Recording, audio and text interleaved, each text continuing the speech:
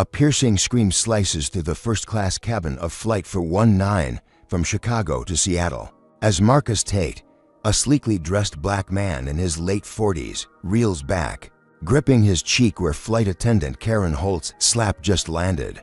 Passengers freeze, jaws dropping, as Karen smirks, clueless about the firestorm she's ignited. What began as a trivial clash over a spilled drink explodes into chaos no one expected. Marcus meets her gaze, his calm fracturing, and mutters, "You'll regret this." What seismic fallout awaits them all?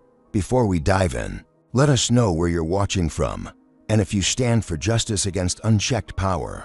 Hit like and subscribe for more gripping tales that expose the truth and spark change. Marcus Tate settled into his plush first-class seat on Flight for 19 from Chicago to Seattle, his crisp gray suit hugging his broad frame as he adjusted his tie. With a practiced flick of his wrist, at 48, he carried the quiet swagger of a man who'd clawed his way to the top, though today he blended in like any other passenger, his sharp hazel eyes scanning the cabin with a subtle intensity.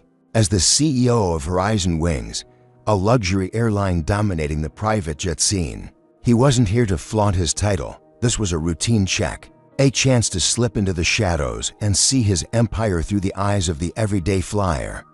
He stashed his sleek leather briefcase under the seat, its edges worn from years of hustle, and leaned back, letting the hum of pre-flight chatter wash over him. The plane smelled faintly of overpriced cologne and recycled air, a familiar cocktail that grounded him in the world he'd built from nothing.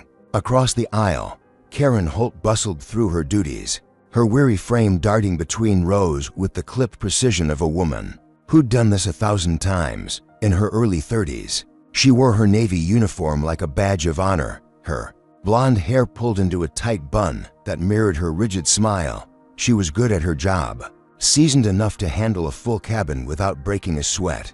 But today her edges frayed like a rope stretched too thin. A delayed gate change had left her fuming, her thin lips twitching as she muttered complaints to no one in particular. She caught Marcus's eye as he settled in, her gaze lingering a beat too long, sizing him up with a flicker of something sour. Maybe it was his polished look, the way his suit sat just right, or maybe it was the quiet confidence that rolled off him in waves. Whatever it was, she didn't like it, and Marcus felt the weight of her stare like a pebble in his shoe. He brushed it off, reaching for the in-flight menu tucked into the seat pocket, its glossy pages crinkling under his fingers. The plane hadn't even taxied yet, and he figured he'd ease into the trip with a small request. He pressed the call button, its soft chime cutting through the cabin's low buzz, and Karen appeared moments later, her smile more a grimace than a greeting. "What do you need, sir?" she asked, her voice tight, like she was already counting the seconds until he'd stop talking. Marcus kept it simple, his tone smooth as polished stone. "Just a coffee, black, whenever you get a chance." She nodded curtly, turning on her heel, but not before he caught the faint hiss under her breath. A venomous little jab, figures he'd want it black. The words hit him like a slap before her hand ever did, a casual slice of prejudice she didn't even bother to hide. Marcus froze, his fingers tightening around the menu until the edges bent. He wasn't new to this, not by a long shot, but the sting never dulled. He leaned forward, keeping his voice low but firm, the kind of calm that carried a warning. "Excuse me, what was that?" Karen spun back, her pale cheeks flushing pink, caught off guard but not backing down. "Nothing, sir," she lied, her eyes narrowing into slits. "I'll get your coffee." She stalked off, her heels clicking against the carpeted floor, leaving Marcus to simmer in the insult. He could have let it slide, could have chalked it up to a bad day, but something in her tone gnawed at him, a spark begging to catch fire. He waited, watching her weave through the aisle, her movements jerky, like a puppet on fraying strings. Minutes later, she returned, a steaming cup of coffee clutched in her hand. The plane jolted slightly as it began its roll toward the runway, and Marcus reached out to take the drink, his fingers brushing the saucer. That's when it happened. Karen's grip faltered, or maybe it didn't, and the cup tipped, sending a scalding stream of black liquid splashing across his lap. The heat seared through his slacks, a sharp bite that made him hiss through clenched teeth. But it was her reaction that burned hotter. "Oops," she said, her voice dripping with mock surprise, a smirk tugging at the corner of her mouth. "Guess. I slipped." Passengers nearby glanced over, some snickering behind their hands, others averting their eyes like they'd seen this script before. A white guy in a rumpled polo to seats back muttered, "Clumsy much," and chuckled, assuming Marcus would just take it. Marcus grabbed a napkin from the armrest, dabbing at the spreading stain. His jaw tight as he fought the urge to snap. The wet fabric clung to his thighs. A humiliating mess, but he kept his cool, his voice steady as steel. "You didn't slip," he said, locking eyes with her. "You meant to do that." Karen's smirk faltered for a split second, replaced by a flash of defiance, her hands planting on her hips. "I don't know what you're talking about," she shot back, her tone sharp enough to cut glass. "Maybe you shouldn't have been in my way."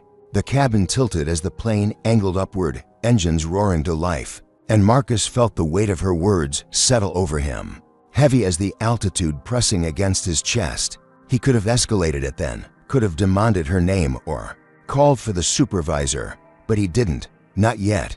He wiped the last of the coffee from his hands, folding the soaked napkin into a neat square, his mind racing. This wasn't just about a spilled drink anymore. It was about the venom behind it. The assumption that he didn't belong here, in this seat, on this plane. He'd built Horizon wings to escape that kind of garbage, to carve out a space where respect wasn't a negotiation. And now here it was, staring him down in the form of a flight attendant who thought she could get away with it. He leaned back, forcing a slow breath, thinking he'd de-escalated the moment by staying silent. He was wrong. Karen hovered nearby, pretending to adjust a tray table, but her eyes kept flicking to him, daring him to push back. The plane leveled off, the seatbelt sign shimming off, and Marcus decided to test her one more time. He pressed the call button again, its ping slicing through the cabin's hum. She stormed over, her face a mask of barely contained irritation. "What now?" she snapped. Dropping all pretense of politeness, Marcus held up the damp napkin, his voice even. "I'd like a replacement for the coffee you spilled." Her jaw tightened, a muscle twitching in her cheek, and for a moment, he thought she'd just walk away. Instead, she leaned in close, her breath hot against his ear as she hissed, "You're pushing your luck, buddy." That was the match to the gasoline. Marcus straightened, his calm cracking just enough to let the fire peek through. "I'm not your buddy," he said, each word deliberate, "and I'd like you to do your job." The air between them thickened, electric with unspoken venom. Passengers shifted uncomfortably, sensing the brewing storm, but no one spoke up. Karen's hand twitched at her side, her nails digging into her palm, and Marcus saw it coming a heartbeat. Too late. Her palm swung fast, a sharp crack splitting the silence as it connected with his cheek, the sting blooming hot and instant across his skin. His head snapped to the side, his hand flying to the spot where her fingers had left a faint red imprint, and the cabin erupted into gasps and whispers.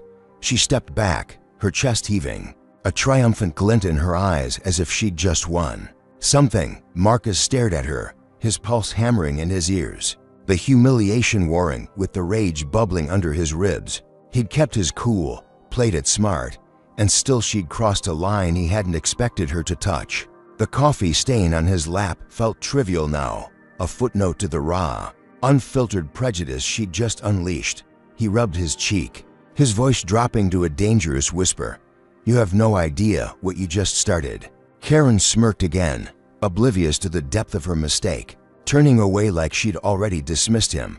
But Marcus knew this was only the beginning, a spark that would ignite a blaze she couldn't outrun.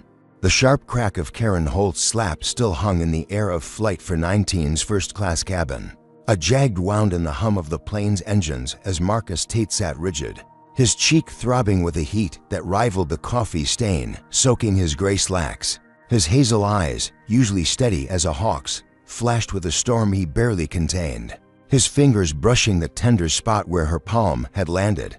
Round him, the cabin jolted to life, passengers sucking in breaths like they'd just witnessed a car wreck. A woman in a crimson blazer clutched her pearls, her wide eyes darting between Marcus and Karen, while a guy in a faded Cubs cap yanked out his phone, thumbing the record button with a shaky grin.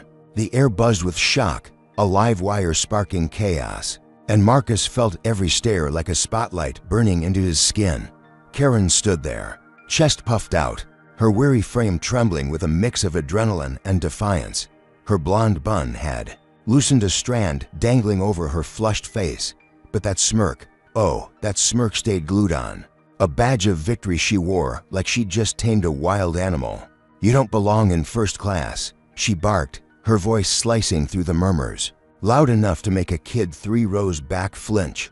The words weren't just an insult. They were a declaration, a line drawn in the sand with Marcus on the wrong side.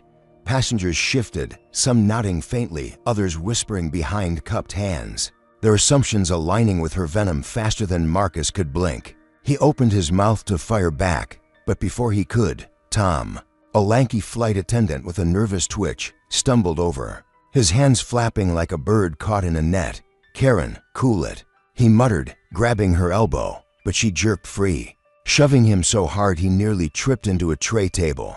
Marcus watched the scene unfold, his pulse hammering a war drum in his chest. He'd dealt with bigots before, built her eyes and wings to rise above them, but this was a sucker punch he hadn't braced for. Karen's shove sent Tom reeling, and she spun back to Marcus, pointing a trembling finger. "He started it," she snapped, her lie so bold it almost sounded convincing. The guy with the phone zoomed in, his lens catching every twitch of her face, while the woman in the blazer gasped, "That's not true." But her voice drowned in the rising tide of whispers, the cabin splitting into spectators and silent judges. Marcus straightened, his jaw tight as he reached into his jacket pocket, pulling out his platinum boarding pass, its edges glinting under the overhead lights. "Check my ticket," he said, his voice low but cutting, a blade wrapped in velvet. He held it out, expecting the truth to slap her back. Karen snatched it, her eyes skimming the embossed text. But instead of faltering, she scoffed, a harsh bark of a laugh escaping her lips. "This, probably fake," she sneered, tossing it onto his lap like it was trash. The pass fluttered, landing crooked on the coffee-stained fabric, and Marcus's stomach twisted. Fake? He'd designed those passes himself, poured years into, making her eyes and wings a name that meant something. He clenched his fists, nails digging into his palms, thinking he'd won this round by staying cool, by letting the evidence speak. But Karen didn't flinch. She turned on her heel, her heels stabbing the carpet as she stormed to the galley, her silhouette vanishing behind the curtain. The cabin simmered, passengers exchanging glances, some smirking like they'd called it all along, others frowning, but too timid to speak. Marcus leaned back, forcing a slow breath, his mind racing. He'd shut her down, right? Showed her up with cold, hard proof. Then the intercom crackled, a static hiss that made his gut lurch. "Attention, this is your captain. We've got a security issue in first class. Ground crew's been alerted." The voice was clipped, authoritative, and Marcus's blood ran cold. Security issue? He hadn't raised his voice, hadn't lifted a finger, but Karen's lie had already taken flight, soaring faster than the plane, cutting through the clouds. Passengers turned, their stares sharpening into suspicion. The guy with the phone muttering, "Told you he was trouble." The woman in the blazer shook her head, but her protest was a whisper lost in the growing hum of judgment. Marcus gripped the armrests, his knuckles paling, the sting on his cheek now a dull ache compared to the betrayal sinking into his bones. He'd played it smart, kept his cool, and still she'd twisted it, painted him as the villain in a story he hadn't written. The cabin lights flickered as the plane hit a pocket of turbulence, a jolt that mirrored the chaos brewing inside him. Karen's smirk flashed in his mind, that triumphant glint promising more than just a slap. He'd thought he'd won by staying above her petty game, by flashing that platinum pass like a shield. But she'd turned it into a weapon, her lie racing ahead to tighten a noose he hadn't seen coming. His cheek burned, a reminder of her audacity. But now it was her words over the intercom that echoed louder, a signal that this was far from over. What had he unleashed by stepping onto this flight? Who was Karen about to drag into this mess? The engines roared, carrying him toward a storm he couldn't outrun, and the cabin watched, waiting for the next blow to land. "Hey, folks," What do you think about this twist? Comment number 1 if you're raging at Karen's bold-faced lie, or number 2 if you think Marcus should have fought back harder from the jump. Hit that like button if you're hooked on this wild ride, and smash subscribe to catch every jaw-dropping turn as Marcus battles this nightmare at 30,000 feet. Was Karen's move a power play or pure panic? How far will her lie stretch before it snaps? Stick around, because the captain's about to step in, and trust me, you won't see what's coming next.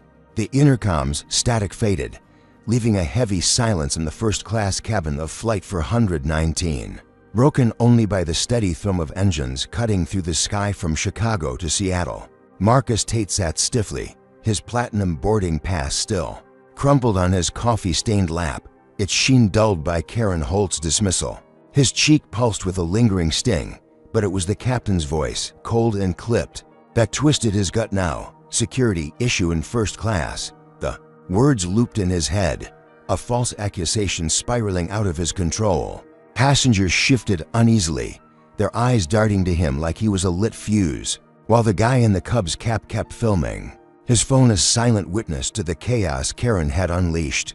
Marcus flexed his fingers, trying to shake the disbelief creeping up his spine. He'd shown his ticket, stayed calm, and still the tide was turning against him. The galley curtain whipped open, and Captain Richard Dunn strode out, a hulking figure in his 50s with a buzz cut and a jaw carved from granite. His pilot's jacket stretched tight across his broad shoulders, badges glinting like medals from a war he'd never lost. An ex-cop, his presence screamed authority, the kind that didn't bend or question. His steel gray eyes locked on Marcus before he'd even crossed half the aisle. A predator sizing up prey. Karen trailed behind, her smirk replaced by a nervous twitch, though her chin stayed high, like she'd just handed Richard a gift-trapped problem to solve. Tom, the lanky attendant, hovered near the bulkhead, wringing his hands, his freckled face pale as he watched the captain approach. The air thickened, a storm brewing in the tight confines of the cabin, and Marcus felt the weight of every stair pinning him in place. Richard stopped inches from Marcus's seat, his boots planting firmly on the carpet, his shadow swallowing the light from the window. "Sir, we don't tolerate disruptions," he growled, his voice a low rumble that vibrated through the armrests. The words hit like a gavel, no room for debate, and Marcus blinked, stunned by the instant verdict. He opened his mouth to explain, his tone steady despite the fire licking at his ribs. "Captain, I didn't disrupt anything. Your attendant slapped me over a spilled drink. Check the footage, ask the passengers." He gestured vaguely toward the guy with the phone, hoping for a lifeline, but Richard's gaze didn't waver. Hard and unyielding as concrete, Karen stepped closer, her voice pitching up with rehearsed indignation. "He's lying. He provoked me. Kept pushing after I warned him." Her lie was seamless now, polished by the seconds she'd had to spin it. Richard's head tilted slightly, his lips curling into a sneer as he ignored Marcus's plea and zeroed in on the boarding pass. Still resting on his lap, "Let's see some ID," he demanded, his thick fingers snapping impatiently. Marcus reached into his jacket, pulling out his leather wallet with a deliberate slowness, his mind racing.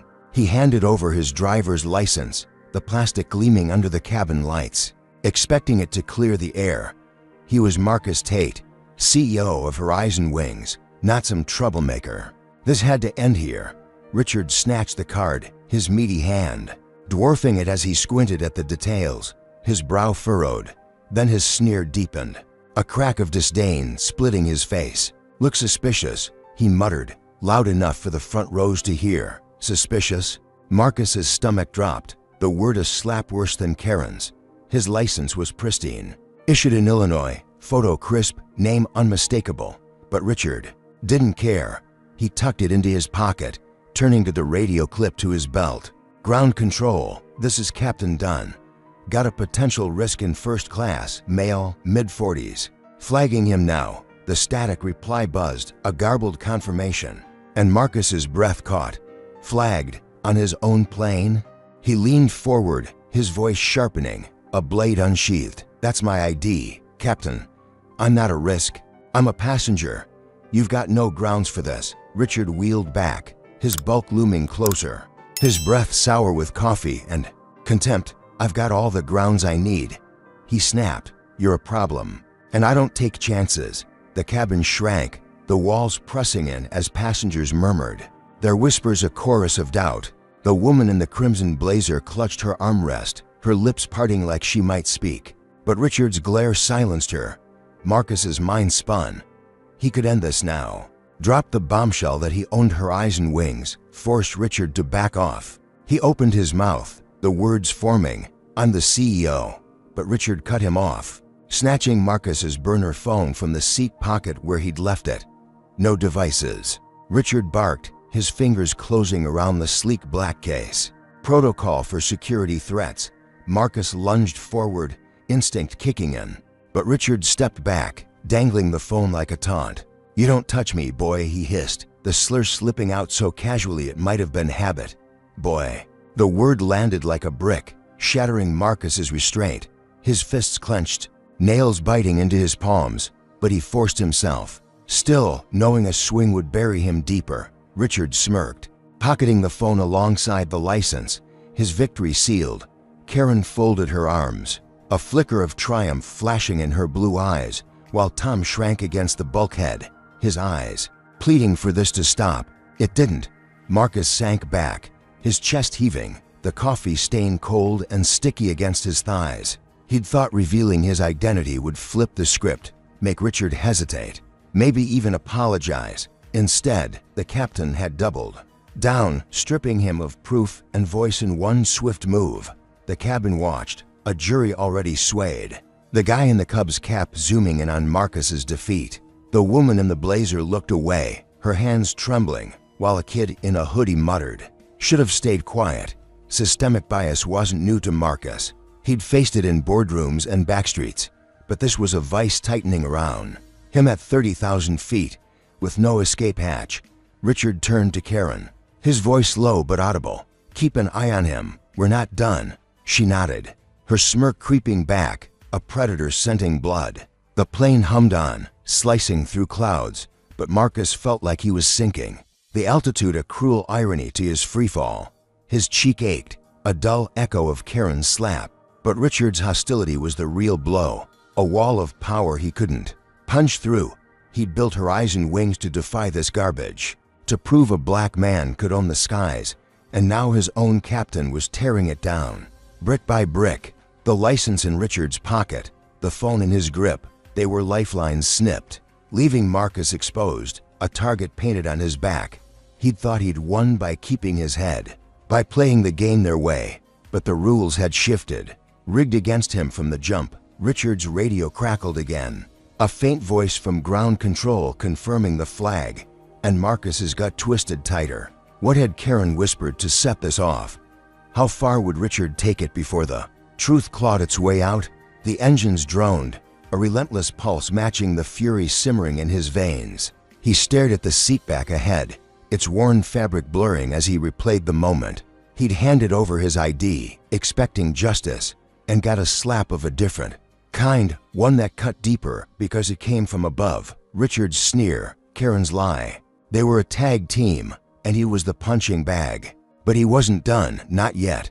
His mind ticked, searching for a move, a crack in their armor. He'd built an empire from less than this, turned slights into fuel. The cabin lights dimmed slightly, a flicker that mirrored the storm brewing inside. Him, and he vowed silently they'd regret underestimating him. The plane soared on, oblivious to the war igniting below, a war Marcus hadn't started, but would damn sure finish. The first-class cabin of Flight for 19 hummed with a brittle tension, the air thick as molasses as Marcus Tate sat pinned by Captain Richard Dunn's shadow, his coffee-stained slacks clinging to his legs like a second skin. His cheeks still throbbed from Karen Holt's slap, but it was the loss of his phone and license, now tucked smugly in Richard's pocket, that gnawed at him, a raw wound festering under the cabin's fluorescent glow. The plane sliced through the night sky, Chicago long behind and Seattle still a distant speck. But Marcus felt trapped in a cage 30,000 feet high. Passengers darted glances his way, their eyes a mix of curiosity and unease, while the guy in the Cubs cap kept his phone rolling, capturing every flinch. Karen lingered near the galley, her weary frame taut with a predator's poise, her smirk a faint ghost on her lips as she watched Richard loom over Marcus. Like a vulture circling carrion, a rustle broke the stillness, and Marcus's gaze snapped. To Greg, a stocky white guy in a wrinkled button-down, seated to Rose's back. He'd been filming since the slap, his phone a steady witness, and now he shuffled forward, his sneakers scuffing the carpet. His round face was flushed, beads of sweat dotting his forehead, but his brown eyes held a flicker of resolve as he leaned in close. "Hey, man," Greg whispered, his voice a conspiratorial hush. "I saw it all. That slap, her lie, everything. I'll back you up when we land." Marcus's chest loosened, a thread of hope stitching through the dread. He nodded slightly, keeping his expression neutral, but inside, he latched onto Greg's words like a lifeline. An ally, someone who'd seen the truth, could shift this mess. He murmured back, "Appreciate it. Just keep that footage safe." Greg gave a quick thumbs up, retreating to his seat, and Marcus felt a spark ignite. Maybe he wasn't alone in this after all. The moment shattered as Richard pivoted, his steel gray eyes catching Greg's retreat. His lips twisted into a scowl, and he stomped over, his boots thudding like hammer strikes. "You got something to say," he barked, towering over Greg's seat. Greg shrank, his shoulders hunching, his phone slipping to his lap. "And no, just stretching," he stammered, his voice cracking. Richard's glare bore down, a silent threat, and Greg's resolve melted like ice in a furnace. He glanced at Marcus, his eyes pleading apology, then muttered, "Look, man, just don't make it worse, okay?" The words hit Marcus like a sucker. Punch, his hope snuffed out in a heartbeat. Greg wasn't an ally, he was a coward, folding under Richard's shadow. The guy in the Cubs cap snorted, his lens swiveling back to Marcus, while the woman in the crimson blazer sighed, her hands twisting in her lap. Betrayal tasted bitter, but Marcus swallowed it, his jaw tightening. He'd find another way. Karen sauntered back, her heels clicking a smug rhythm, and stopped beside Marcus's seat. Her blue eyes glinted with malice as she leaned in, her voice a syrupy drawl. "Sorry if you felt offended earlier," she said, the words dripping with insincerity, her lips curling just enough to taunt him. It was a fake apology, a jab meant to provoke, and Marcus saw through it like glass. He didn't bite, didn't give her the reaction she craved. Instead, he slipped his hand to his wrist, activating the hidden smartwatch he'd kept as a backup, its tiny mic purring to life. "No problem," he said, his tone flat, but his mind sharp, recording every syllable of her mockery. "I'll let it slide." The watch's red dot blinked faintly under his cuff, a secret weapon she didn't suspect. He leaned back, a flicker of triumph warming his chest. This was leverage, proof he could wield when the time was right. He'd outsmarted her this time, turned her game against her. The victory lasted seconds. Richard's bulk shifted, his eagle eyes catching the glint of the watch as Marcus adjusted his sleeve. "What's that?" he growled, lunging forward before Marcus could react, his meaty hand clamped around Marcus's wrist, yanking it up with a force that made his shoulder pop. Marcus twisted, trying to pull free, but Richard's grip was iron, his fingers digging into flesh. "No tricks," he snarled, ripping the watch off with a snap of elastic that stung Marcus's skin. The device dangled from his fist, its screen flickering, and Marcus's heart sank, his ace slipping away. "You think you're slick," Richard sneered, his voice a low rumble of contempt. He raised the watch high, then slammed it down onto the tray table, the crack of metal on plastic echoing like a gunshot. The screen shattered, jagged lines spidering across it, and Richard tossed the wreckage onto Marcus's lap, a pile of broken hope next to the crumpled boarding pass. Marcus stared at the wreckage, his breath shallow, the sting on his wrist a dull echo of the slap. The cabin spun, passengers gasping, the guy in the Cubs cap zooming in on the debris. Karen folded her arms, her smirk blooming into a full grin, while Tom flinched near the galley, his hands fluttering uselessly. The woman in the crimson blazer whispered, "That's too far," but her voice was a feather against the storm. Richard loomed closer, his breath hot and sour as he leaned in. "You're done playing games." He hissed, the word boy unspoken but heavy in his tone. Marcus's fists balled, his nails carving crescents into his palms, but he held, still knowing a fight would only bury him deeper. The watch was gone, his evidence smashed, and Greg's betrayal stung sharper now, a double blow that left him reeling. He'd thought he'd won, thought the recording would tip the scales, expose Karen's venom and Richard's bias. Instead, he'd lost more ground. His clever move crushed under Richard's boot. The cabin watched. A jury of strangers already swayed, their whispers a chorus of doubt. The guy in the hoodie muttered, "He's just making it worse," while the kid 3 rows back stared, wide-eyed, like this was some twisted in-flight movie. Marcus's chest burned, the coffee stain a cold reminder of how this started. Now dwarfed by the wreckage of his plan, Richard stepped back, pocketing his radio, his sneer a promise of more to come. Karen's eyes danced with triumph, her lie, growing legs, and Marcus felt the walls closing in, the altitude a cruel cage he couldn't break. The plane droned on, its engines a steady roar that mocked his silence. He'd built her eyes and wings to defy this, to rise above the slurs and the sneers. And now his own crew was tearing it apart, piece by piece.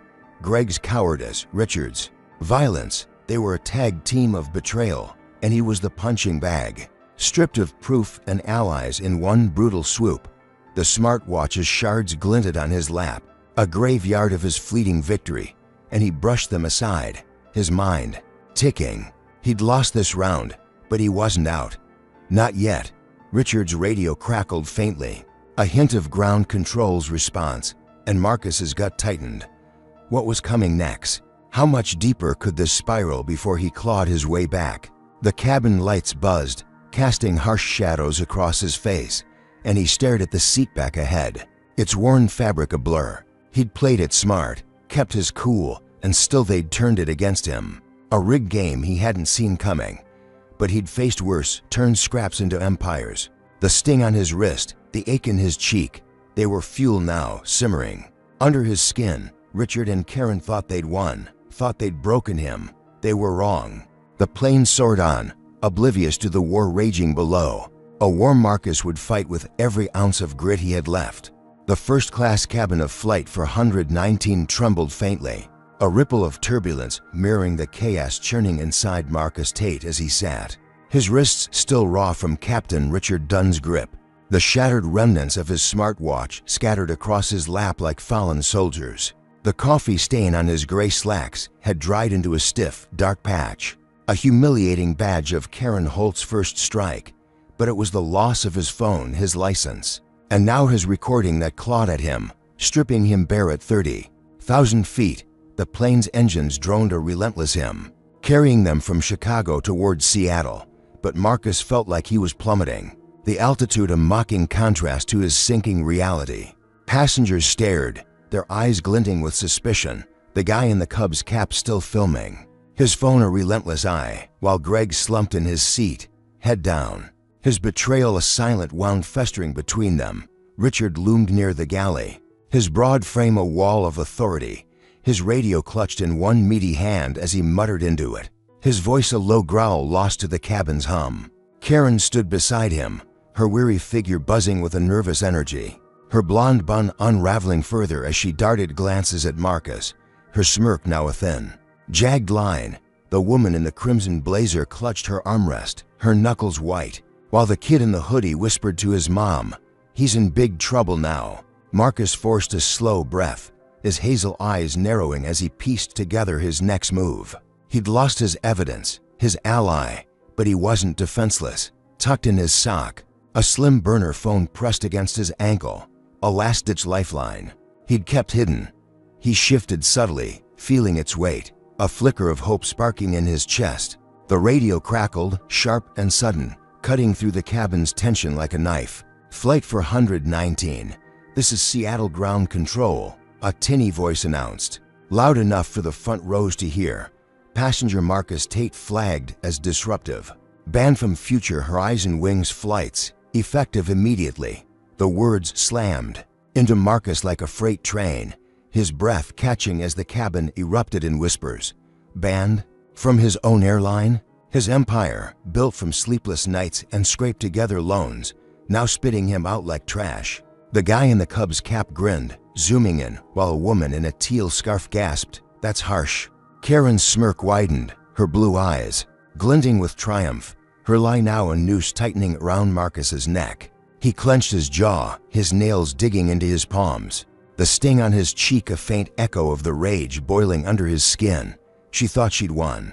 Thought she'd buried him with one vicious twist. Marcus wouldn't let her have it. He slipped, his hand down, fishing the burner phone from his sock with a practiced flick. Keeping it low beneath the tray table, his fingers danced across the screen.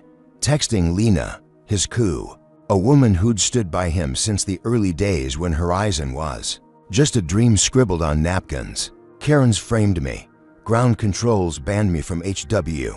Fix this," he typed, hitting send with a thumb that trembled only slightly. The message zipped off, a silent arrow piercing the chaos, and Marcus leaned back, his pulse steadying. Lena was a pit bull in a pantsuit. She'd tear through this mess. A reply pinged seconds later on it. "Calling legal now." Relief washed over him. Cool and fleeting, a lifeline in the storm. He'd turned the tide, hadn't he? Gotten ahead of Karen's game? The radio crackled again, and Richard snatched it up, his gruff voice barking a response Marcus couldn't catch. The captain's face hardened, his steel gray eyes flicking to Marcus with a glint of menace, and then the intercom flared to life, Richard's voice booming through the cabin. "This is your captain. We've got an update. FBI's been alerted. Possible threat on board. Stay seated, stay calm." The cabin froze, a collective gasp sucking the air dry. FBI. Marcus's stomach plummeted, the burner phone slipping in his sweaty grip. A threat. Karen's lie had metastasized, leaping from a petty dispute to a federal manhunt in minutes.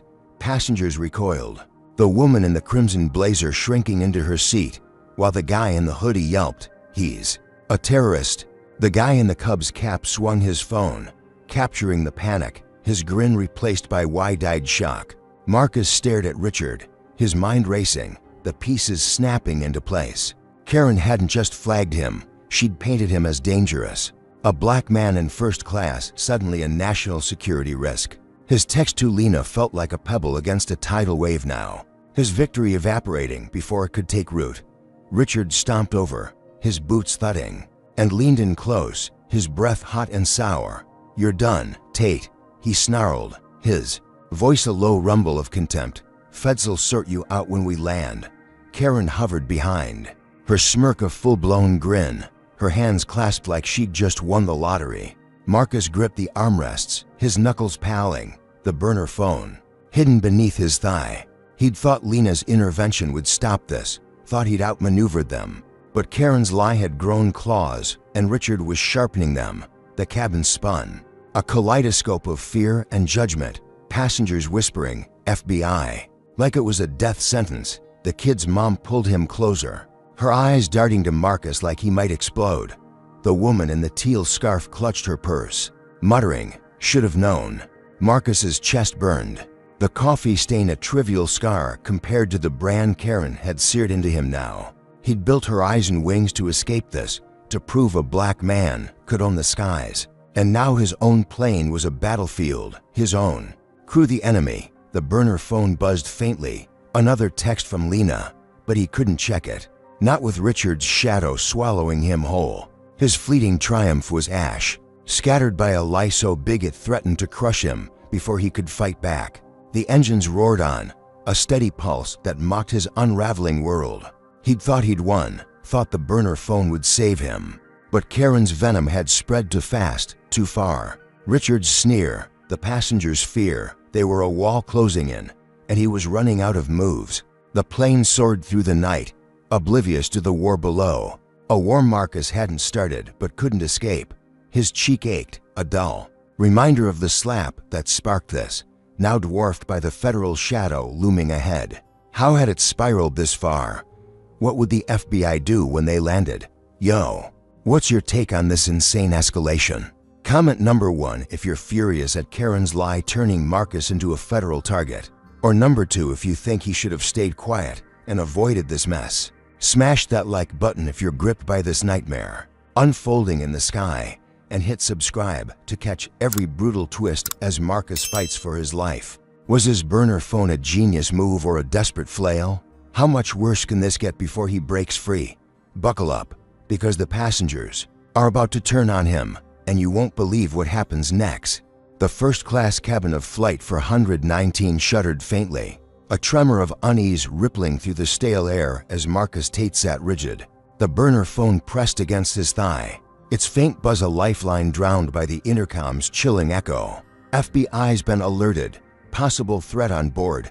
His coffee-stained slacks clung to his legs, a cold, stiff reminder of Karen Holt's opening salvo, but it was the weight of 30 pairs of eyes, glinting with fear and accusation, that pinned him now. The plane carved a path through the night sky, Chicago to Seattle, but Marcus felt like he was sinking into quicksand, the altitude a cruel illusion of freedom. The guy in the Cubs cap kept filming, his phone a relentless spotlight, while the woman in the crimson blazer shrank into her seat, her hands trembling like leaves in a storm.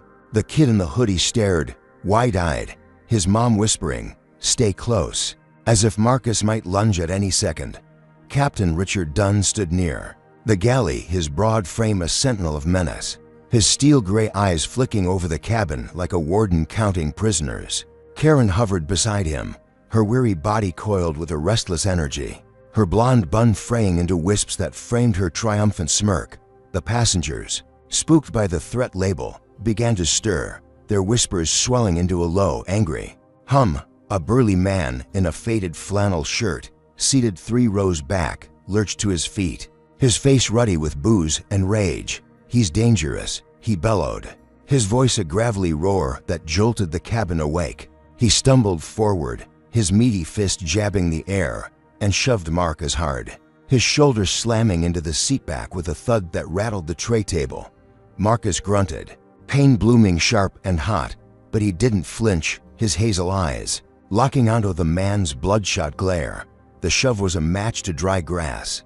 A woman in a teal scarf sprang up, her purse swinging wildly as she hurled a crumpled magazine at Marcus, its pages flapping like a wounded bird before smacking his chest. "Get him out of here," she shrieked, her voice shrill with panic. Others joined, a chorus of hate erupting as trash rained down.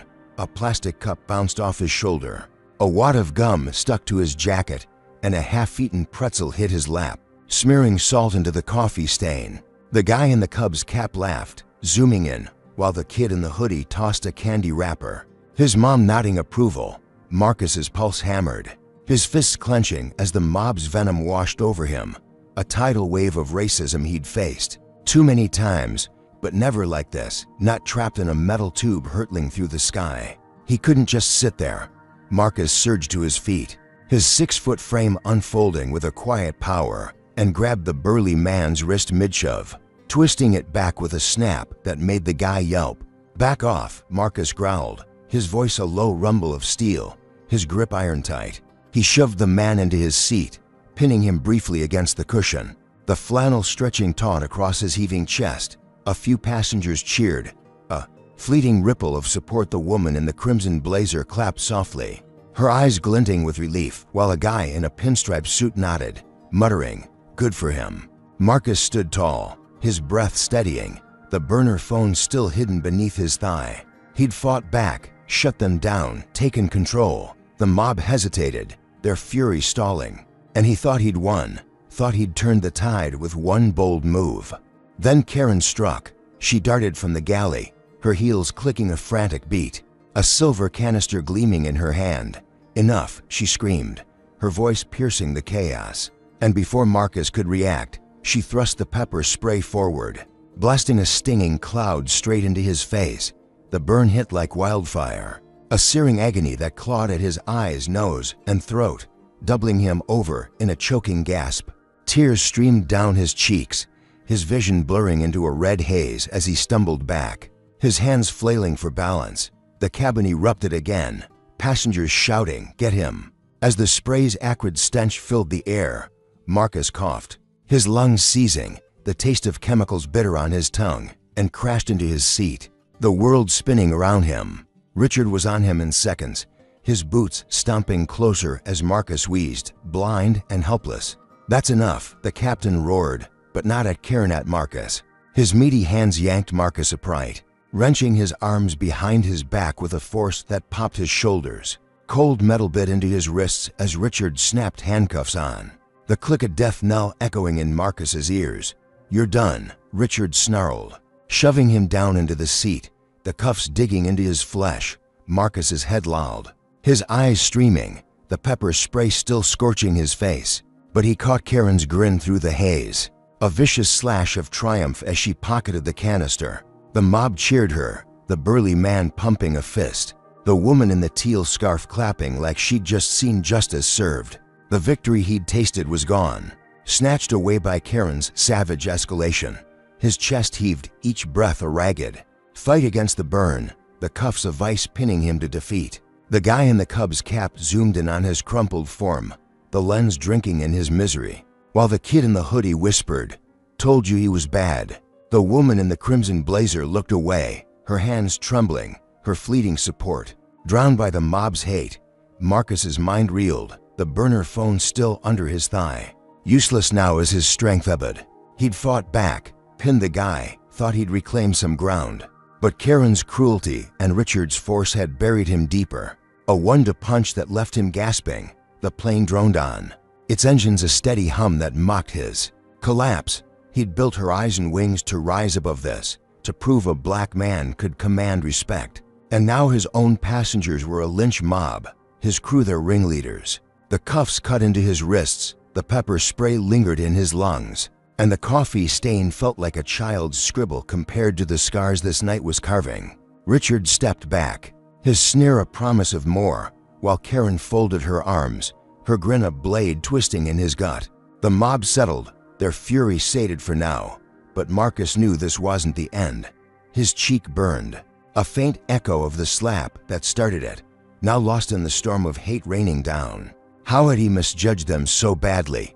What could he do, cuffed and blinded, to claw his way back? The cabin lights flickered, casting jagged shadows across his blurred vision, and he slumped against the seat, his breath shallow. He'd thought he'd won, thought his fight would shift the tide, but they'd turned it against him. A rigged game he couldn't outrun.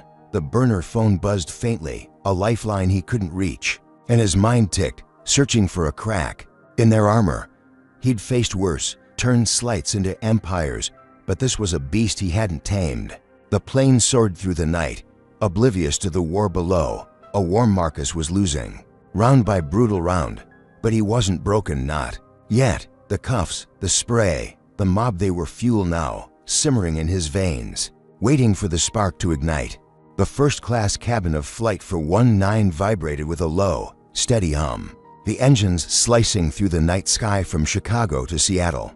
But Marcus Tate felt none of its momentum. His wrists chafed raw by the handcuffs biting into his flesh, his eyes still stung from Karen Holt's pepper spray, a dull burn that blurred the edges of his vision, while the coffee stain on his gray slacks clung like a badge of shame, now joined by the salty grit of pretzel crumbs from the mob's assault.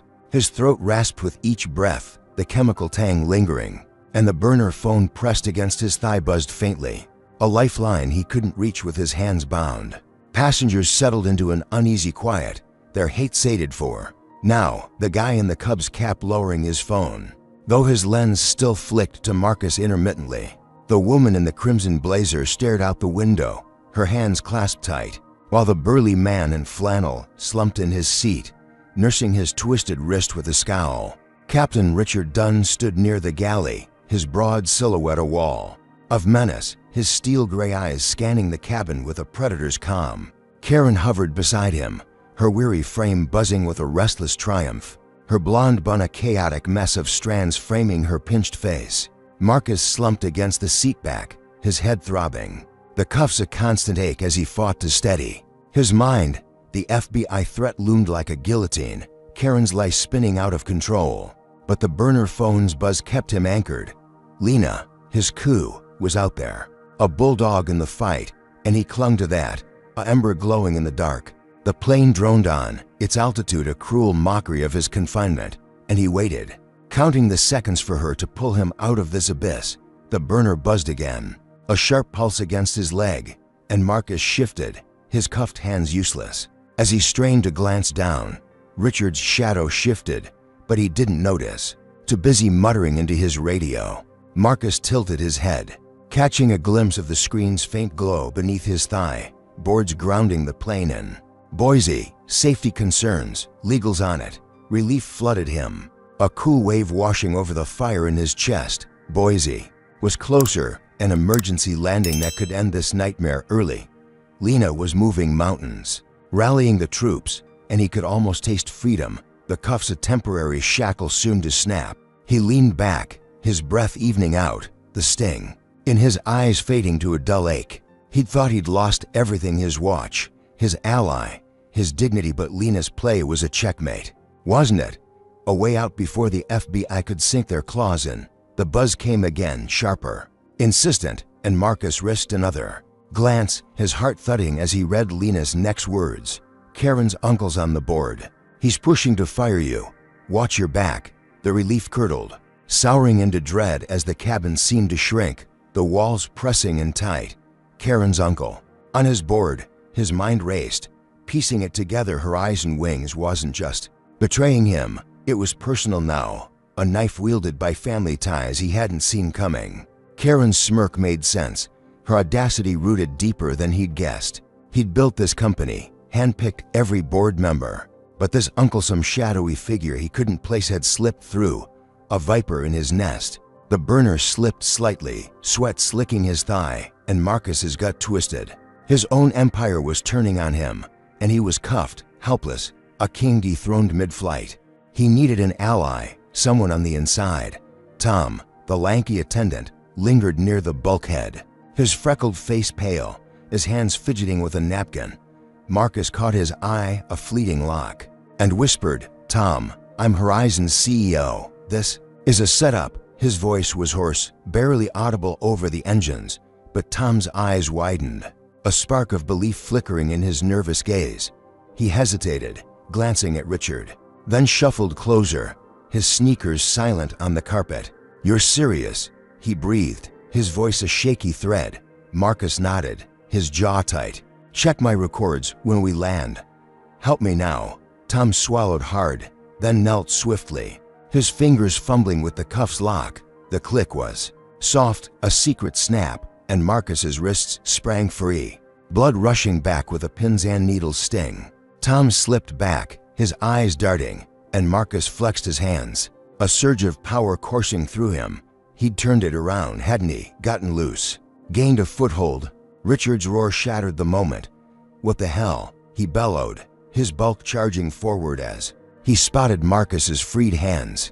The captain's fist swung, a battering ram of knuckles that caught Marcus's shoulder, sending him crashing back into the seat with a grunt. The burner phone skittered across the floor, its screen flashing Lena's text before Richard's boot. Stomped down, cracking it into a web of glass and plastic. "You're done," Richard snarled, his face inches from Marcus's, his breath hot with fury. "No more games, Tate." Karen rushed over, her heels stabbing the carpet, her smirk morphing into a gleeful cackle as she saw the wreckage. "Told you he's trouble," she chirped, her voice a venomous sing-song. The passengers stirred, the burly man muttering, "Should've kept him locked," while the woman in the teal scarf nodded, her purse clutched tight. Marcus's shoulder throbbed, a deep bruise blooming under his jacket. But it was the loss of the burner that gutted him, his last link to Lena crushed under Richard's heel. He'd thought he'd won, thought Tom's move would shift the balance, give him room to breathe. Instead, Richard's violence and Karen's glee buried him deeper, her uncle's shadow looming larger now, a puppet master pulling strings from the boardroom. The cuffs were off, but he was more trapped than ever, his brief triumph snatched by a captain who saw him as less than human. The guy in the Cubs cap zoomed in on the broken phone, the woman in the crimson blazer whispering, "This is wrong," but her voice was a wisp against the storm. Tom shrank back, his hands trembling, his betrayal unintentional but damning. The plane tilted slightly, descending toward Boise, its engines a steady hum that mocked Marcus's unraveling world. He'd built her eyes and wings to defy this, to rise above the hate, and now his own board was a battlefield. Karen's kin a dagger in his back. The coffee stain, the pepper spray, the mob, they were nothing compared to this corporate sabotage. A blow that cut to his core. Richard stepped back, his sneer a promise of more, while Karen's cackle rang in his ears, a sound he'd never unhear. The passengers watched, their judgment a heavy shroud, and Marcus slumped, his wrists free but his spirit caged. How had he missed this? What could he do, broken and betrayed, to reclaim his throne? The cabin lights dimmed, casting long shadows across his battered form, and he stared at the seat back ahead, its worn fabric a blur. He'd thought Lena's plan would save him, thought Tom's help would turn the tide, but they'd rigged the game tighter, a noose woven with family ties and brute force. The plane descended, Boise looming closer, and Marcus's mind ticked, searching for a spark. He'd faced worse, built empires from ash, but this was a beast he hadn't tamed. The sting in his eyes, the ache in his shoulder, they were fuel now, simmering under his skin, waiting for the moment to ignite. The first-class cabin of Flight for 19 tilted sharply, its descent into Boise a jagged drop that matched the turmoil churning inside Marcus Tate. As the plane's engines whined, signaling the emergency landing his coup, Lena, had forced. His wrists, newly freed from the handcuffs thanks to Tom's shaky intervention, flexed with a pins and needles sting, but his shoulder throbbed where Captain Richard Dunn's fist had landed, a deep ache pulsing under his gray jacket. The coffee stain on his slacks mingled with pretzel crumbs and gum, a gritty testament to the mob's assault. While his eyes still watered from Karen Holt's pepper spray, the burn a constant nag. The burner phone, his last lifeline, lay shattered under Richard's boot, its glass shards glinting on the carpet like broken promises. Passengers braced themselves, seatbelts clicking, the guy in the Cubs cap gripping his phone, still filming, while the woman in the crimson blazer clutched her armrest, her face pale with dread. Red and blue lights flashed through the windows as the plane touched down, a rough jolt that rattled the overhead bins and sent a murmur through the cabin. Marcus peered out, catching glimpses of emergency vehicles swarming the tarmac, their strobes painting the night in frantic pulses. FBI agents, clad in dark jackets, poured from a black van, their movements sharp and purposeful, a sight that twisted his gut tighter. Richard stood near the galley, his broad frame rigid, his steel gray eyes locked on Marcus with a glint of menace, while Karen paced beside him, her weary body twitching with anticipation, her blonde bun a wild tangle framing her pinched face. The plane rolled to a stop, its engines winding down, and Marcus felt the weight of the moment settle over him, a chance to turn this nightmare round. He'd lost everything, his watch, his phone, his dignity, but he still had his name, his truth, and he'd wield it like a blade. The cabin door hissed open, and 3 FBI agents stormed in, their boots thudding on the carpet, their faces stern under the harsh cabin lights. The lead agent, a lean man with a buzz cut and a badge gleaming on his chest, barked, "Marcus Tate." "Where is he?" Marcus stood, his 6-foot frame unfolding with a quiet power, his voice hoarse but steady. "That's me," he said, stepping into the aisle, his hands raised to show he wasn't a threat. The passengers gasped, a collective intake of breath, the guy in the Cubs cap zooming in, while the burly man in flannel muttered, "No way." Marcus reached into his sock, pulling out the slim digital badge he'd kept hidden, its screen flickering to life with his Horizon Wings CEO credentials, name, photo, title glowing in bold white text. "I'm the CEO of this airline," he declared, holding it up for the agents to see. "This is a setup. Check my records." The lead agent squinted at the badge, his brow furrowing, while his partners flanked him, their hands hovering near their holsters. The cabin fell silent, a stunned hush as the truth hung in the air, a bombshell Marcus thought would shatter their lives. The woman in the crimson blazer leaned forward, her eyes wide with hope, while Tom, near the bulkhead, nodded faintly, his freckled face flushed with relief. Marcus's chest swelled, a flicker of triumph warming his veins. He'd revealed himself, laid his cards bare, and the agents had to see it, had to back off. This was his plane, his empire, And he'd take it back, wouldn't he? The lead agent hesitated, his radio crackling as he muttered into it, confirming ID, and Marcus braced for the shift, the moment they'd unravel Karen's web. Then Karen exploded. "He stole that phone," she screamed, her voice a piercing wail that sliced through the silence, her finger jabbing at Marcus like a spear. "He's lying. He's a thief." Her words were wild, desperate, and Richard jumped in, his gruff voice booming. "She's right. He grabbed it off me during the scuffle." The lie was seamless, a tag team assault, and the passengers erupted, their doubt reigniting like a brush fire. The burly man shouted, "Check him," while the woman in the teal scarf yelled, "Don't trust him." The lead agent's face hardened, his moment of pause vanishing as he nodded to his partners. "Cuff him," he snapped, and before Marcus could protest, rough hands seized his arms, wrenching them back with a force that made his shoulders scream. Steel cuffs snapped on, tighter than before, cutting into his wrists as the agents dragged him toward the door. The cabin cheered, a roar of approval that drowned Marcus's shout. "That's my badge, my company," he yelled, twisting against their grip, but his voice was swallowed by the mob's glee. The guy in the Cubs cap whooped, filming his stumble, while the kid in the hoodie clapped, his mom grinning like she'd won a prize. Karen's smirk bloomed into a full grin, her blue eyes dancing with victory, and Richard folded his arms, his sneer a granite wall.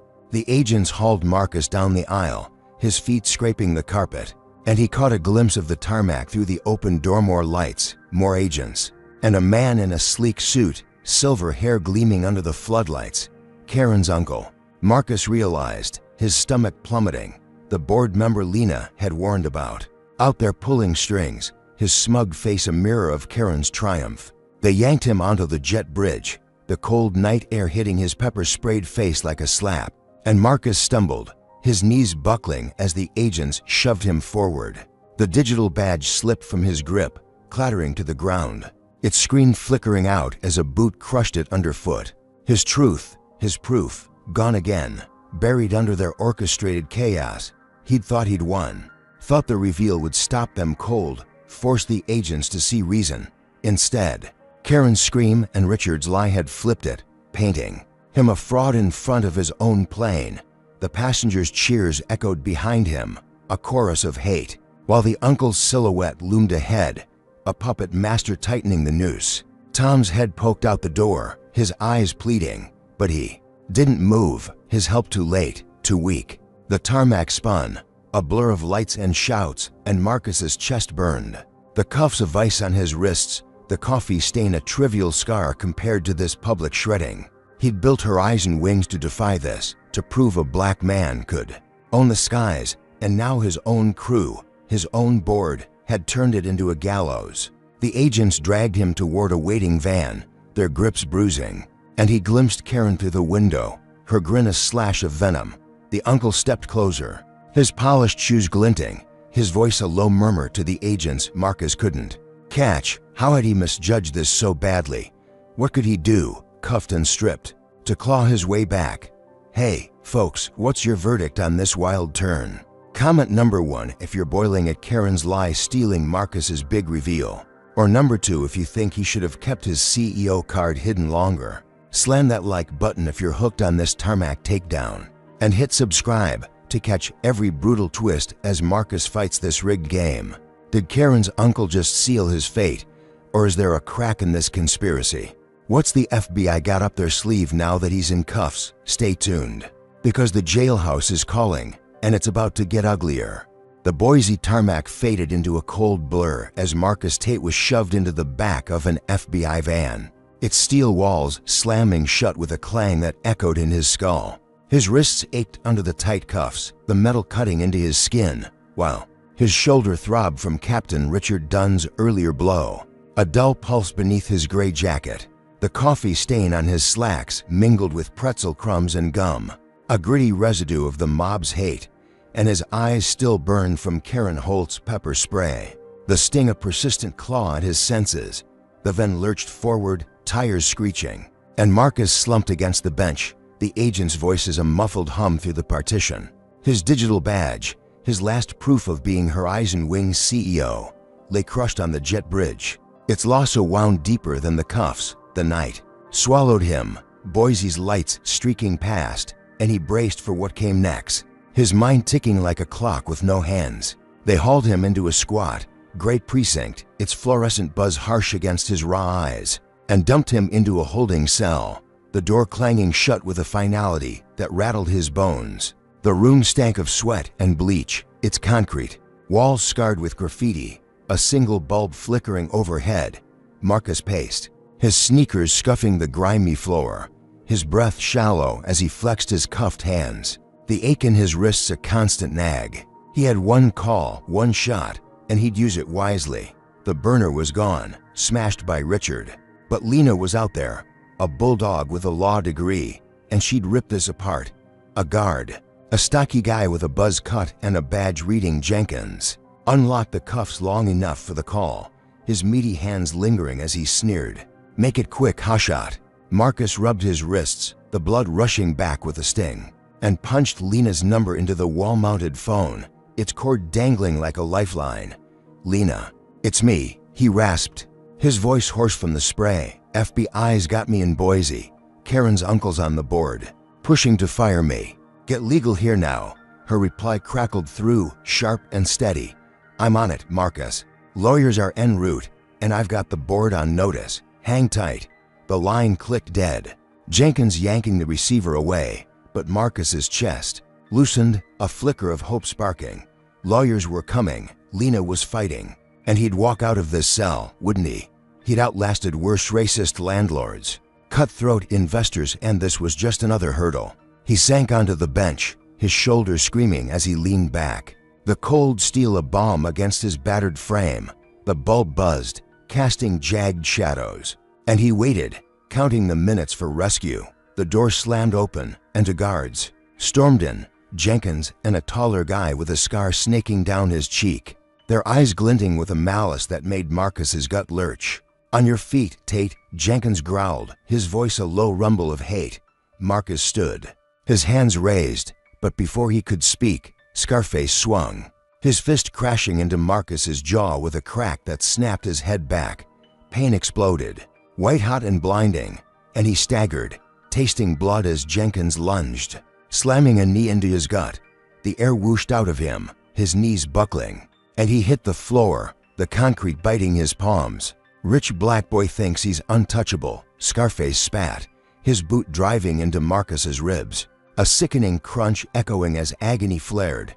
Jenkins grabbed his hair, yanking his head up, and snarled, "You don't belong up there, owning planes. Know your place." Marcus coughed, blood flecking his lips, his vision swimming as the blows rained down, fists to his face, boots to his sides. A relentless storm of racial fury. He'd faced beatings before. Kids in the old neighborhood, cops with itchy triggers. But this was a furnace, a hate so raw it burned through him. He fought back, swinging a wild fist that caught Jenkins in the nose, a wet snap sending the guard reeling with a howl. "You bastard!" Jenkins roared, blood streaming down his chin, but Marcus rolled, snatching a pen from the bench, its hidden chem blinking to life. He jabbed the record button, his hands shaking, capturing their snarls, their slurs, a desperate bid for proof. He'd win this, wouldn't he? Get it to Lena, expose them all. Scarface spotted it, his scarred face twisting with rage. "What's that?" he bellowed, lunging forward and ripping the pen from Marcus's grip, its plastic cracking as he hurled it against the wall. The cam snapped, shards skittering across the floor, and Jenkins stomped it, grinding the pieces under his boot with a grin. "No evidence for you, boy," he sneered, kicking Marcus again, the blow landing square on his chest, knocking the breath out of him. Marcus crumpled, his ribs screaming, blood pooling in his mouth, his victory shredded before it could take root. The door creaked, and a new shadow loomed, Karen's uncle, the silver-haired suit from the tarmac, his polished shoes glinting as he stepped in, his face a mask of smug calm. "You're finished, Tate," he said, his voice smooth as oil, a predator's purr. "Horizon's mine now." Marcus's head spun, the uncle's presence a gut punch worse than the boots. He'd thought Lena's lawyers would save him, thought the pen cam would turn the tide, but this was a conspiracy coiled tighter than the cuffs he'd shed. The guards stepped back, wiping blood from their knuckles, while the uncle loomed, his suit pristine against the cell's filth, the passengers' cheers, Karen's lies, Richard's fists. They were all threads in this man's web. A boardroom. Coup dressed up as justice. Marcus's chest heaved, each breath a dagger in his ribs. The coffee stain a child's scribble compared to the scars this night carved. He'd built her eyes and wings to defy this, to rise above the hate. And now it was a weapon turned against him, wielded by a man who'd waited in the shadows. The bulb flickered, casting the uncle's face in stark relief, his eyes cold and unyielding. Marcus slumped against the wall, blood dripping onto the concrete, his mind racing despite the pain. He'd thought he'd won, thought the call to Lena would pull him out, but the guard's brutality and the uncle's grin buried him deeper, a blow that dwarfed all before it. The cell stank, a mix of his blood and their sweat, and he stared at the pen's wreckage, his last hope ground to dust. How had he missed this snake on his board? What could he do?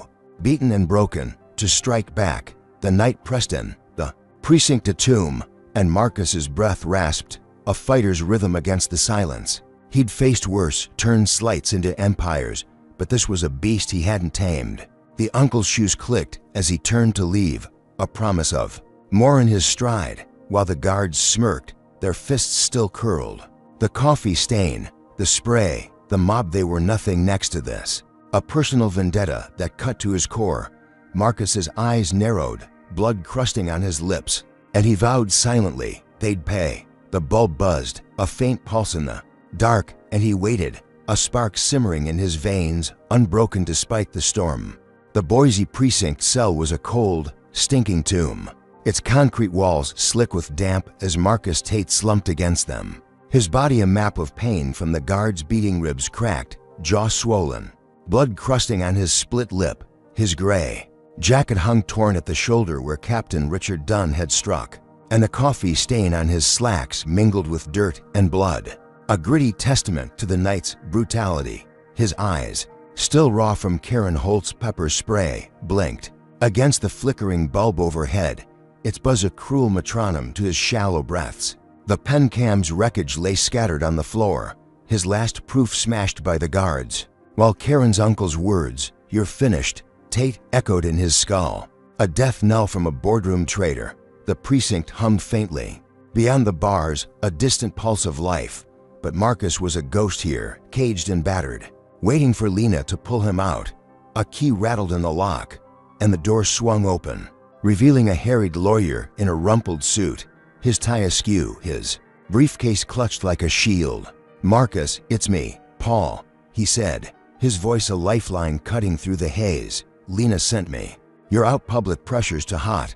Marcus pushed off the wall, wincing as his ribs protested, and staggered forward, his sneakers scuffing the grimy floor. Paul steadied him, his grip firm but gentle, and whispered, "She leaked the slap video. It's viral. People are pissed." Marcus's chest loosened, a spark flaring in the dark. The video, Greg's footage from the plane, the one he'd thought lost when Greg chickened out. Lena had gotten it, turned it into a weapon. He limped out, Paul guiding him through the precinct's maze, past sneering guards and into the night, where Boise's air hit his bruised face like a bomb. The precinct doors spat him onto the street, and he squinted against a wall of flashing cameras, reporters shouting over each other, their mix thrusting forward like spears. "Mr. Tate, is it true you're Horizon's CEO? What happened on that flight? Are you pressing charges?" The slap video had exploded online, millions of views painting him as a victim, Karen as a villain, and the world was roaring for justice. His hazel eyes, swollen but sharp, scanned the crowd, and he rasped, "I'm Marcus Tate, and I'll tell my story soon." Paul hustled him into a waiting car, its engine purring, and they peeled away, the mob of lenses fading behind. Marcus sank into the leather seat, his breath steadying, a flicker of triumph warming his veins. He'd won this round, hadn't he? The public's outrage, Lena's move, they'd forced his release, cracked the conspiracy wide open. The car sped toward a safe house, but Marcus's phone, handed back by Paul, retrieved from the precinct, buzzed with a news alert. He swiped it open, his gut lurching as a live feed blared. Karen's uncle, the silver-haired suit, stood at a podium, his polished voice slicing through the static. Marcus Tate is a violent fraud, he declared, his face a mask of calm authority. This doctored footage proves he attacked our crew first. The screen cut to grainy clips, Marcus pinning the burly man on the plane, swinging at Jenkins in the cell, edited to look unprovoked. His fight for survival twisted into aggression. The uncle's voice droned on. He's no CEO, just a con man exploiting her eyes and wings. Marcus's blood ran cold, the phone trembling in his grip. Doctored? His own footage, his truth, warped into a lie bigger than Karen's. The feed switched, and Karen appeared, her blonde hair neat now, her blue eyes brimming with crocodile tears. He assaulted me first, she sobbed, her voice quavering with rehearsed pain. I was terrified, defending myself. The slap was gone, erased from her narrative, replaced by a tale of a menacing black man terrorizing her. Commentators nodded, pundits chimed in. Looks like he played the victim card. Typical thug behavior. Marcus's stomach churned, bile rising as the car hit a pothole, jarring his ribs. The public's outrage flipped, a tidal wave of hate crashing back on him, fiercer than the mob on the plane. He'd thought he'd won, thought the video would bury them, but they'd turned it. A masterstroke that dwarfed all prior blows. He scrolled X, his phone lighting his bruised face, and saw the storm. Hashtags like #Tate the fraud trending, death threats flooding his mentions. Go back where you came from, a chorus of venom. Protesters swarmed his Chicago home, a news shopper catching bricks shattering his windows, glass glinting on the lawn he'd mowed himself years ago. Paul cursed, they're relentless. But Marcus barely heard, his mind spinning. He dialed Lena, his voice a rasp. They've flipped it. Cops aren't helping protesters at my place. Her reply was clipped, furious. I'm on it. But they've got pull. Stay low. The call dropped, and Marcus stared out the window. Boise's streets a blur, his triumph in his mouth. The safe house loomed, a squat brick building tucked behind pines. But as the car slowed, headlights flashed, cops circling, their radios crackling. Paul tensed, they're not here to help.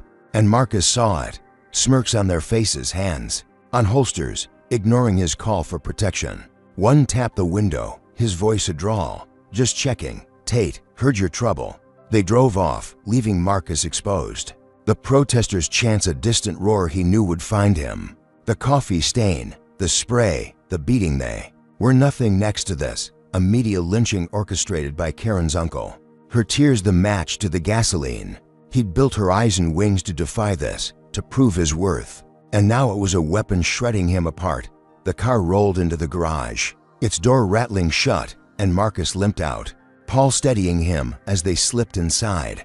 The safe house smelled of dust and old wood, its shadows long and heavy, and he sank onto a couch, his ribs screaming. His phone buzzed again, more alerts. Tate fired from Horizon Wings. Board vote unanimous. The uncle's coup was complete. His empire stolen mid-flight. He'd thought the video would save him, thought public rage would force justice. But they'd turned it. A racist witch hunt that buried his truth under lies. The protesters' bricks, the cops' smirks, they were a noose tightening, and he was running out of rope. How had he underestimated them so badly? What could he do? Battered and dethroned, to strike back? The room dimmed, the bulb overhead flickering like the one in the cell, and Marcus stared at the cracked screen of his phone, its glow harsh against his swollen face. He'd faced worse, turned slights into empires, but this was a beast he hadn't tamed. The coffee stain, the spray, the beating, they were scars, but this was a gutting, a personal vendetta that cut to his soul. Paul paced, muttering about legal moves, but Marcus's mind ticked, a fighter's rhythm against the silence. The uncle's voice, Karen's sobs, they were fuel now, simmering in his veins, waiting for the spark to ignite. The Boise safe house was a dim, dusty bunker, its pine-shrouded walls creaking as Marcus Tate slumped on a sagging couch, his body a canvas of pain, ribs cracked, jaw swollen, blood flaking from his lip onto the worn cushions. His gray jacket hung in tatters, the coffee stain on his slacks, a muddy smear beneath layers of dirt and pretzel crumbs, while his eyes, still raw from Karen Holt's pepper spray, stung under the flickering bulb overhead. His phone, its screen cracked from the precinct chaos, glowed faintly with the latest blow. Tate fired from Horizon Wings. Board vote unanimous. The media frenzy had gutted him. Karen's uncle twisting the slap video into a racist lie. That turned the world against him. Protesters shattering his Chicago home. Cops smirking instead of helping. Paul, the lawyer, paced the creaky floorboards. His tie a loose knot, his voice a low mutter about countersuits. But Marcus's mind was elsewhere, a fighter's pulse ticking beneath the wreckage. He'd lost everything, his watch, his burner, his empire, but he wasn't done. Lena, his coup, was still out there, a shadow warrior, and he had one play left, a desperate gambit to hit back. He grabbed the phone, ignoring the ache in his ribs, and dialed her, his voice a hoarse rasp. "Lena, it's me. Hack Horizon's system. Crashed the uncle's private jet empty, mid-flight. Send a message." Her pause was brief, her reply sharp. "Risky, Marcus, but I'm in. Give me 20 minutes." The line clicked dead, and Marcus leaned back, his breath shallow. A flicker of power sparking in his chest. The Uncle Karen's silver-haired kin had stolen his company, but Marcus would make him feel the heat. Show the board they'd picked the wrong enemy. He'd turn the tide, wouldn't he? Reclaim his throne with one bold strike. The minutes crawled, the safe houses, silence broken only by Paul's pacing and the faint hum of Boise's night beyond the pines. Marcus's phone buzzed, Lena's text lighting the gloom. Jets down, empty, as ordered. Boards freaking out, uncle's raging. A grin tugged at his swollen lip, blood cracking as he pictured the sleek Gulf Stream spiraling into an Idaho field, a fireball of his making. He dialed her again, his voice steadier. "Push it, Lena. Reinstate me. They'll bend now." Her reply crackled with grit. "On it." Boards voting, uncle's losing grip. The phone dropped to his lap, and Marcus stood, wincing as his ribs protested. A surge of triumph warming his veins. The crash had worked, a warning shot that flipped the script. Horizon was his again, wasn't it? The protesters, the media, they'd see the truth now. The TV in the corner flared to life, Paul flipping channels as breaking news blared. Horizon Wings jet crashes in Idaho, no casualties. Board reinstates CEO Marcus Tate amid chaos. Reporters swarmed, pundits stammered, and Marcus's chest swelled, his battered frame straightening. He grabbed the phone, patched into a live feed Lena had set up, and faced the camera, his voice raw but commanding. "I'm Marcus Tate, Horizon's CEO. What you've seen, Karen's slap, the lies, it's racism. Pure and simple. Passengers filmed it, not me. Here's the proof." He streamed raw footage from the plane clips the guy in the Cubs cap had posted before the uncle's spin, showing Karen's slap, the mob's hate, Richard's cuffs. The world watched, X lighting up with gasps, apologies, rage against the uncle's coup. Marcus leaned into the lens, his hazel eyes fierce. "I built this company to rise above hate. I'm back, and they'll pay." He cut the feed, his breath heaving, thinking he'd won, reclaimed his empire with truth and fire. Then the safe house door crashed open, wood splintering as Karen stormed in. Her weary frame a blur of fury, a sleek pistol gleaming in her trembling hand. "You'll pay," she screamed, her voice a banshee wail that froze Marcus mid-breath. Her blonde hair whipped wild, her blue eyes manic with a hate that burned hotter than the jet's wreckage. Paul lunged, "Drop it." But she swung the gun, its barrel glinting under the bulb, and fired. A deafening crack splitting the air. Marcus dove, his ribs screaming as he hit the floor. The bullet whizzing past his ear, shattering a lamp into a shower of glass. Karen shrieked, "You ruined me," and fired again, the shot ricocheting off the wall. A wild arc that caught her own shoulder, blood blooming red on her uniform as she staggered, her gun clattering to the boards. Marcus rolled, his hands scrabbling for cover behind the couch, his pulse a war drum in his ears. Karen crumpled, clutching her wound, her wails a mix of pain and rage.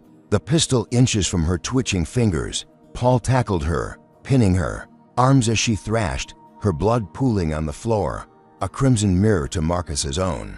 "You're dead, Tate," she spat, her voice fading as shock set in, her eyes rolling back. Marcus staggered up, his ribs a furnace of pain, blood knot.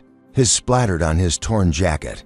He'd thought he'd won, thought the jet crash and the footage would end it, bury them all. Instead, Karen's madness had turned victory into chaos, her gonna final. Unhinged blow that nearly took his life. The safe house spun, glass crunching, under his sneakers as he leaned against the wall, his breath ragged. Paul tied Karen's hands with a cord, her moans a low hum, while sirens wailed in the distance. Boise's night erupting around them, the TV flickered, the news still praising his return. Oblivious to the shootout staining the floor, Marcus's chest burned, the coffee stain a child's scribble compared to this. A near-death strike from a woman he'd underestimated from the jump. He'd built her eyes and wings to defy this, to prove his worth, and now it was a battlefield. His triumph soaked in blood. Karen's uncle was raging, the board was his, but this was a wound he hadn't seen coming, a blow that dwarfed the slap that started it. The pines outside rustled, shadows dancing as red and blue lights pierced the dark, cops closing in. Marcus sank back, his ribs screaming, the phone buzzing with Lena's frantic texts he couldn't answer. He'd thought the footage would seal it, thought the crash would break them. But Karen's gun had flipped the game, a lethal twist that left him reeling. The safe house stank of gunpowder and blood, a tomb of his fleeting win, and he stared at Karen's crumpled form, her hate a mirror to the uncle's. How had he misjudged her so badly? What could he do, battered and bleeding, to end this war? The bulb flickered, casting jagged shadows across his bruised face, and Marcus's breath rasped, a fighter's rhythm against the chaos. He'd faced worse, turned slights into empires, but this was a beast he hadn't tamed.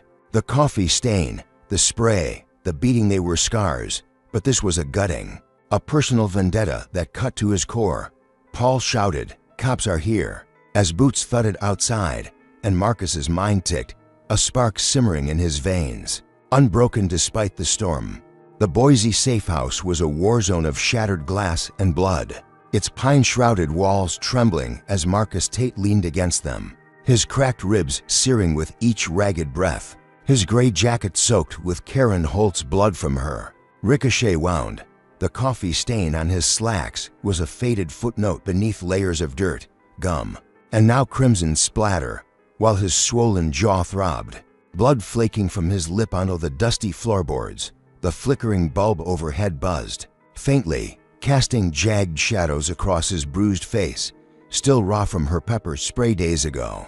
Karen lay crumpled near the couch, her weary frame limp, her blonde hair matted with sweat and blood, her pistol kicked aside by Paul, the lawyer, who knelt over her, his hands trembling as he tied her wrists with a lamp cord.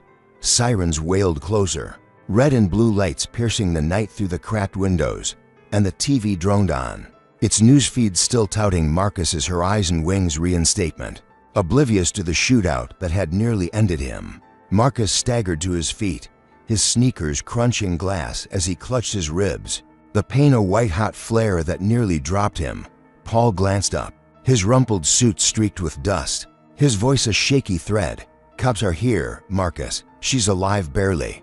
Marcus nodded, his hazel eyes narrowing as he limped to the window, peering out at the swarm of flashing cruisers, officers spilling onto the lawn with guns drawn.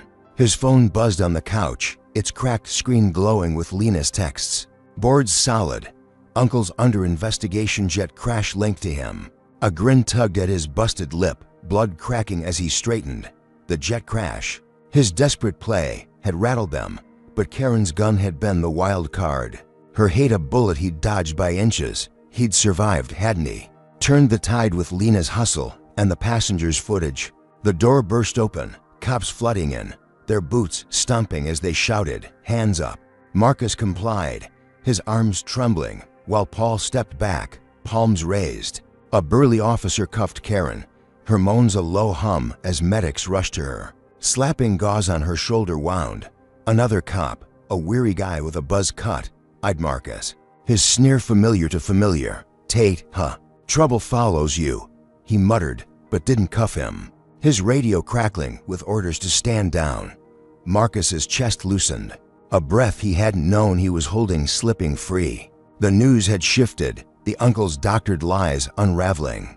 As passenger testimonies clips from the guy in the Cubs cap, the woman in the crimson blazer flooded X, drowning Karen's sobs with raw truth. The cops hauled her out, her head lolling, and Marcus watched, his mind ticking, a plan crystallizing.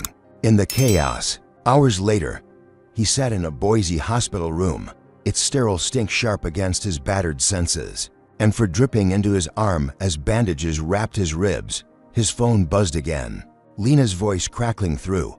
Uncle's arrested conspiracy, fraud. Emails leaked, tying him to Karen's lies and the jet sabotage. You're clear. Marcus's grin widened. Pain be damned, as he rasped, good. But I'm done, Lena. Sell Horizon. All of it. Her pause was heavy, stunned. Sell, Marcus. You fought for this. He cut her off, his voice steel. No system's worth this hate.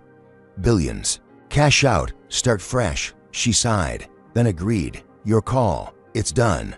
He hung up, leaning back, the hospital bed creaking under his weight, a weight lifting from his soul. The twist came next, a revelation that rewrote the game. Days before, in that Boise cell, he'd planted the pen cam's data online, uploading it to a hidden server via a smuggled signal the guards never caught. When they smashed it, he'd let them think they'd won. But the footage Karen's slap, Richard's cuffs, the guards' slurs had been cued to drop, timed with Lena's leaks. The uncle's arrest wasn't luck. It was Marcus's checkmate. A masterstroke from a broken man in a blood-soaked cell.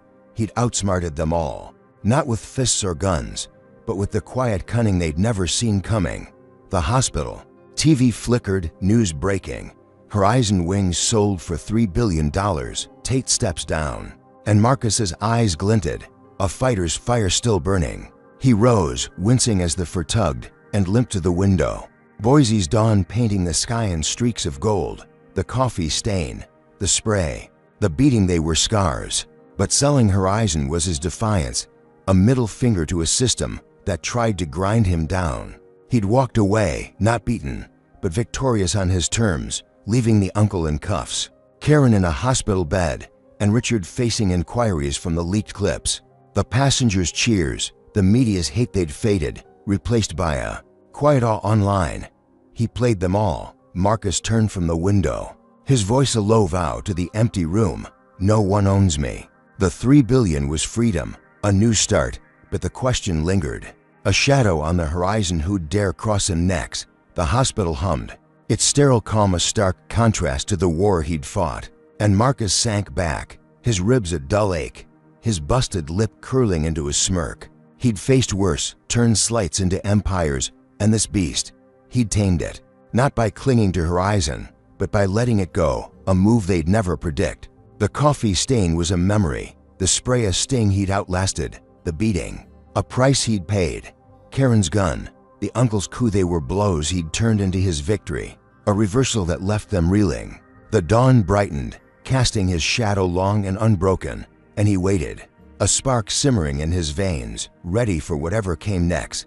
The room's silence wrapped him, the TV flickering off, and Marcus's mind drifted, a fighter's rhythm. Against the quiet, he'd built Horizon wings to defy hate, to prove his worth, and they'd tried to burn it down. Karen's slap, Richard's cuffs, the uncle's lies, the mob's bricks. But he'd flipped it, walked away richer, freer, a king who'd traded his crown for a sword. The hospital bed creaked as he shifted, his bandages tight, and he stared at the ceiling. The bulb's buzz gone, replaced by a stillness he'd earned. Who was next? The question hung, a challenge to the world, a promise that Marcus Tate was far from done. Marcus Tate's harrowing journey aboard Flight 419 unveils raw truths about resilience, systemic bias, and the power of truth in the face of unrelenting hate. The first lesson is unyielding perseverance. Marcus endured a slap, a mob, a beating, and betrayal, yet he never broke, turning each blow into fuel for his fight. His story shows that strength isn't just physical, it's the will to rise when the world tries to bury you. Second, it exposes the insidious reach of racism, from Karen's initial venom to the uncle's corporate coup, proving how prejudice can twist justice into a weapon against the innocent. Marcus's battle wasn't just personal, It was a stand against a system rigged to silence him. Third, strategic cunning shines through his planted footage, and the jet crash weren't reckless, but calcula. Ted, a reminder that brains can outlast brawn when the odds are stacked against you. Finally, his choice to sell Horizon Wings teaches us the courage to let go. Sometimes victory isn't holding on, but walking away on your terms. Richer in spirit and resources, this tale isn't just a thrill ride, it's a mirror to our world, urging us to question who we judge and why. It's a call to stand firm, speak truth, and outsmart the chaos no matter the cost. What hit you hardest, Marcus's grit, the betrayal, or his bold exit? Comment below with your takeaway. Hit like if this story stirred you, and subscribe for more tales of defiance against injustice. Share it to spark a conversation. How do we fight back when the system turns on us? Thanks for joining this journey. Here's to resilience and justice lighting your path ahead.